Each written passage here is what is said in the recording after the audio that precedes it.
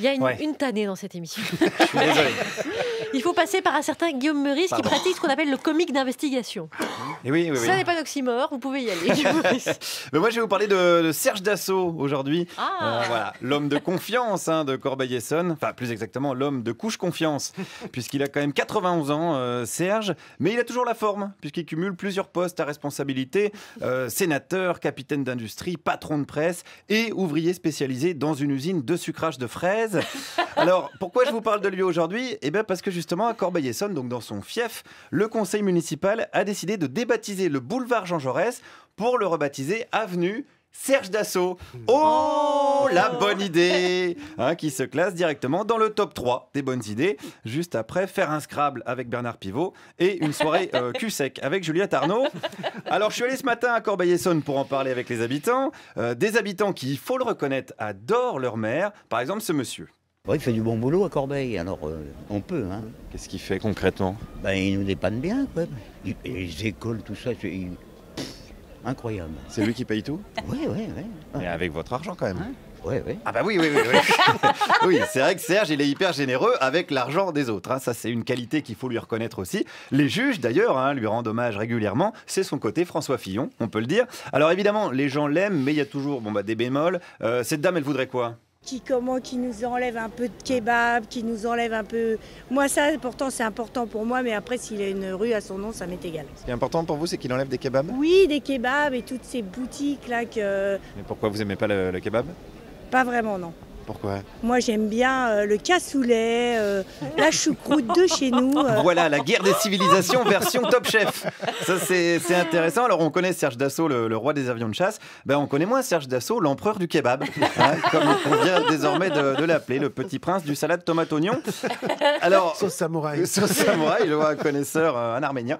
Alors, comme vous le voyez, il y a du pour, il y a du contre. Alors, j'ai trouvé un monsieur avec une belle idée de compromis. Disons, ils prennent la rue, ils calculent la longueur, ils mettent une partie Jean Jaurès et à ce moment, à la fin, ils mettent Serge Dassault, leur prédateur. Ah, un petit bout quand même. Voilà, un petit bout quand même. Alors, combien de mètres?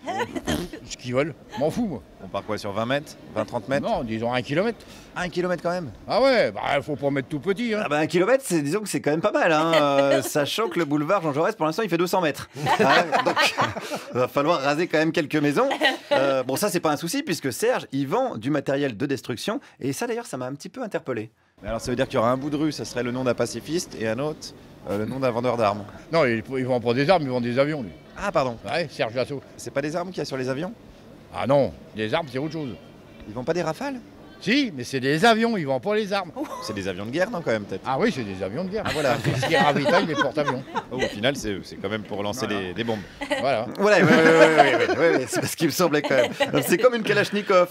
C'est pas ce qui tue la Kalachnikov, ce sont les balles qui sont à l'intérieur. Donc on peut dire les marchands de Kalachnikov, c'est pas des vendeurs d'armes. C'est important de faire la distinction parce que souvent on se trompe là-dessus.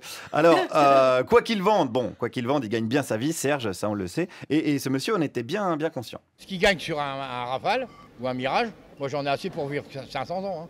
Et encore, c'est pour lui, c'est son père. Ah ouais, il a quand même repris l'usine, non? Oui, il a repris mon cul. Hein. Oui, alors attention, je sais pas s'il a repris son cul à ce monsieur. Non, Dassault possède toute la ville, calmez-vous Juliette, y compris les kebabs, mais je sais pas s'il a le droit de cuissage sur ses administrés. On sait que sa gestion de la ville coûte la peau du cul, mais on pensait que c'était au sens figuré. Alors attention, comme je savais que c'était Bernard Pivot l'invité aujourd'hui, j'ai voulu finir un petit peu plus en finesse que ça quand même, en faisant donc grâce à cet autre monsieur un petit clin d'œil littéraire. C'est une histoire de Clochemerle. C'est-à-dire? Eh bien, renseignez-vous, prenez le Clochemerle. Il s'était battu pour des pissotières. Avec Justine Putet, qui avait le cul si pointu qu'elle pouvait chier dans une bouteille. Elle pouvait chier dans une bouteille. Mais non. Si. Elle avait le cul si pointu qu'elle pouvait chier dans une bouteille. Oui, on a bien compris, monsieur. Voilà. Je sais pas si j'ai réussi à apporter de la finesse, mais en effet, cette histoire rappelle le livre Clochemerle de Gabriel Chevalier. Voilà l'histoire d'un village et de sa fameuse Justine Putet, qui avait une anatomie, un petit peu particulière. Voilà ce qu'on pouvait dire en tout cas sur la situation à Corbeil-Essonnes et ses noms de rue. Quoi qu'il en soit, tant qu'il n'y aura pas une moralisation de la vie publique, les magouilleurs auront toujours un boulevard. Merci Guillaume Meurice. C'est truculent, n'est-ce pas? Ah oui. Ça, je dois dire que Clochemerle chez Dassault, c'est étonnant. Ça m'a étonné. Ça, c'est la nouvelle de la journée. Hein. J'étais sur le cul, si je peux me permettre.